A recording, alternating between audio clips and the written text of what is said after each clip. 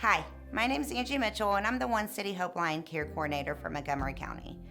First of all, I want to congratulate OneCity on 10 years of their incredible impact in helping those battling substance abuse and mental health. I know because this organization helped me. Years back, I was in full-scale drug addiction, and it was the Hope Line that helped me get connected to treatment. Fast forward, I'm now on the Hope Line team and helping those the way that the Hope Line helped me. I absolutely love this work and the lives that I get to impact. Thank you to all the supporters in this room that make this special organization possible. Now that you know a little bit about my story, let me introduce you to another story of hope. His name is Stephen. My name's Stephen. I'm 36 years old. I grew up in New Miami, around the Hamilton area. Started doing drugs when I was 12 years old. But as far as why I started, it's really no other reason other than to just fit in with the older crowd. I think it's easy to say you're not going to do drugs until you get to high school and your best friend starts doing it, and you either do what your best friend's doing and everybody else is doing, or you keep the straight and narrow. And I was just a good kid who made a bad choice and started doing what my friends were doing, and then I liked it, and I fell in love with it, and moved on to other harder things. I lived in the woods. I slept in front of storefronts. I ate out of dumpsters. I prayed to go to jail and actually enjoyed myself in jail because my life out on the streets was so horrible. I was a frequent flyer in jail. Yeah, my life was miserable. My relationship with my parents back then was terrible. They had a restraining order on me. I was locked out of the house. I had gotten the cops called on me numerous times. I went to jail numerous times. And then I would manipulate my way back around the house. And I went to jail for violating my protection order.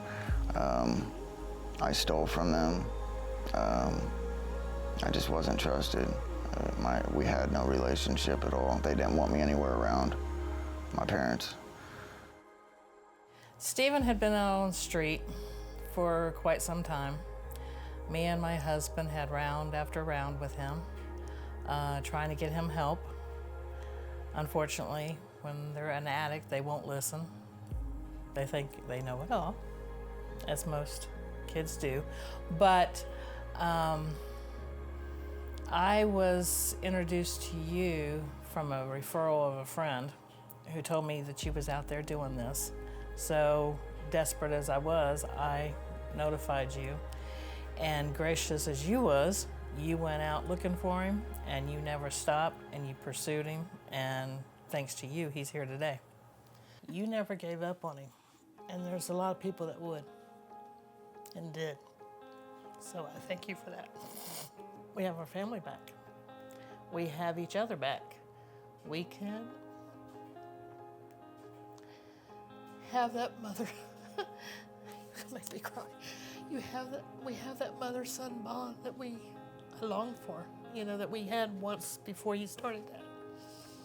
My life is beautiful today. I get up, I work, and I pay bills, and I provide for my family today. I pay rent, I pay utilities, I pay car insurance, I buy groceries for my house with cash. I pay for cell phones. But more importantly, I don't even think about drugs anymore. And I'll pass places, you know, where I used to use, and every now and then a thought will come through my head, but that life is no longer attractive to me. I've watched so many people die. You know, the Hope Line, I've been trying to get clean for years in this area, and the Hope Line has been the only consistent thing that I knew, and I think, you know, any addict. I mean, I have a friend in Cincinnati that was trying to get clean, and I knew that I could call the Hope Line, and the Hope Line would get him into treatment. Like, even me being clean, you know.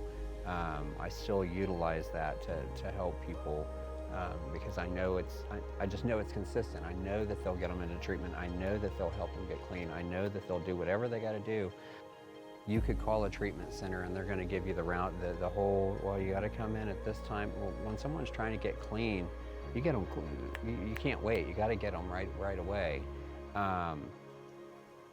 Because we change our minds so fast, you know, like getting clean sounds like a really good idea until you don't have any more dope, you know. And then what do? So you have to, you know, strike while the iron's hot, you know, and the Hope Line is the one thing in this area that does that. Treatment centers close, you know, at 4 o'clock in the afternoon, and they don't open up until Monday. And the Hope Line, you always answer. Like I said, his whole life is turned around, and that's thanks to you and God. So I have no qualms right now, but I just, like I said, I think about where he's was at one time to where he is now, and just, there's no words to describe how proud I am of him. Me too. Still got more to go.